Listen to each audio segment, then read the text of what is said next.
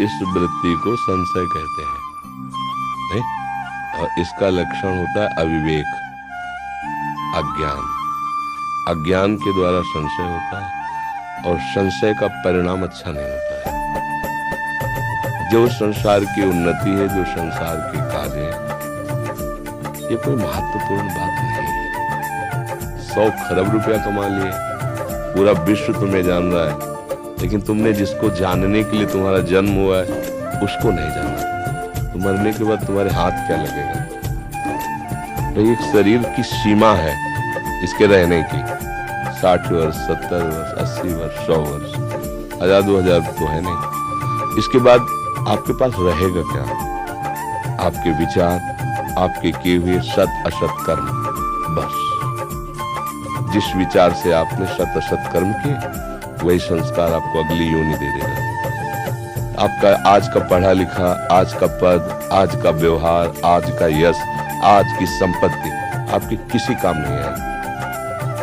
विचार पूर्वक समझ रहे ना? तो हमको थोड़ा विचार करना चाहिए कि जीवन का लाभ क्या है। अभी मतलब उस लाभ की तरफ हम देख नहीं पाए। जीवन का लाभ क्या है? सत्य क्या है? विश्राम कहाँ है? शांति किसे कहते हैं? सुख का स्वरूप क्या है? जब ये प्रश्न आपके अंदर खड़े होने लगे तब तो मार्ग खुले। अभी तो इन प्रश्नों का प्रादुर्भाव ही नहीं हुआ है। जिसे मुमुक्षुता कहते हैं, वहां तक पहुंचने के लिए मुमुक्षुता अनिवार्य है। मैं जानना चाहता हूं ये सब है क्या?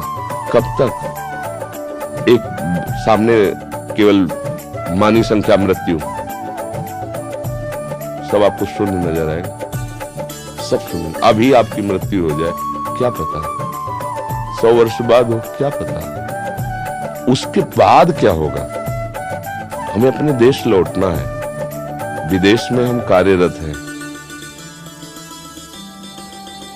लेकिन सरकारी आदमी होकर के हम अपने देश के हैं, अपने सरकार के हैं। तो आपको जितनी सुविधाएं मिली उनका भोग कीजिए। परिणाम में आपको सरकारी सुविधाएं और मिलेंगी और सरकार आपको पदोन्नति देगी। ऐसा होता है ना, जब आप सरकारी आदमी बन के जाओगे, आप अपने पर्सनल से जाओगे तो हानि लाभ आपको भोगना पड़ेगा, और वहां से मकान तो उठा के लाओगे नहीं।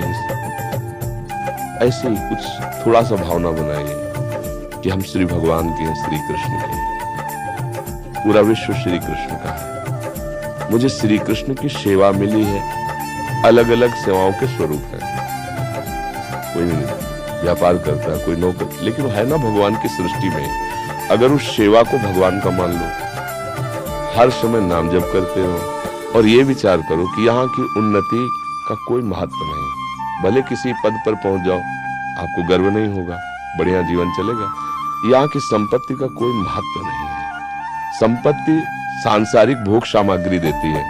भोग सामग्री इंद्रियों से भोगा जाता है। इंद्रियों से भोगा हुआ हर विषय मिथ्या है, स्वाप्निक है, उसका कोई महत्व नहीं। क्योंकि ज्ञान नहीं, इसलिए वो बात समझ में नहीं आती। अब हमारा जीवन सही मार्ग पे आ जाएगा, कोई संशय नहीं रहेगा। हर क्रिया भगवान को समर्पित करो। पूरी सृष्टि श्री भगवान की है और मैं उनका एक सेवक हूं। मुझे ये सेवा दी गई है, ईमानदारी से उस सेवा को भगवान की सेवा मान के करो और नाम जप करो।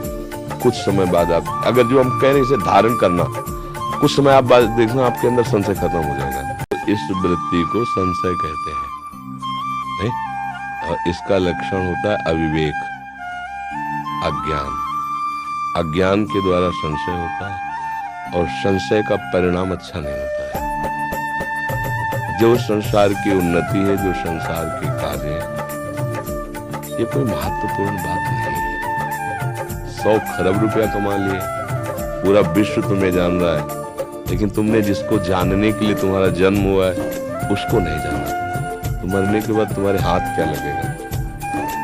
भाई एक शरीर की सीमा है इसके रहने की, 60 वर्ष, 70 वर्ष, 80 वर्ष, 100 वर्ष, 1000 2000 तो है नहीं। इसके बाद आपके पास रहेगा क्या? आपके विचार, आपके किए हुए सत असत कर्म।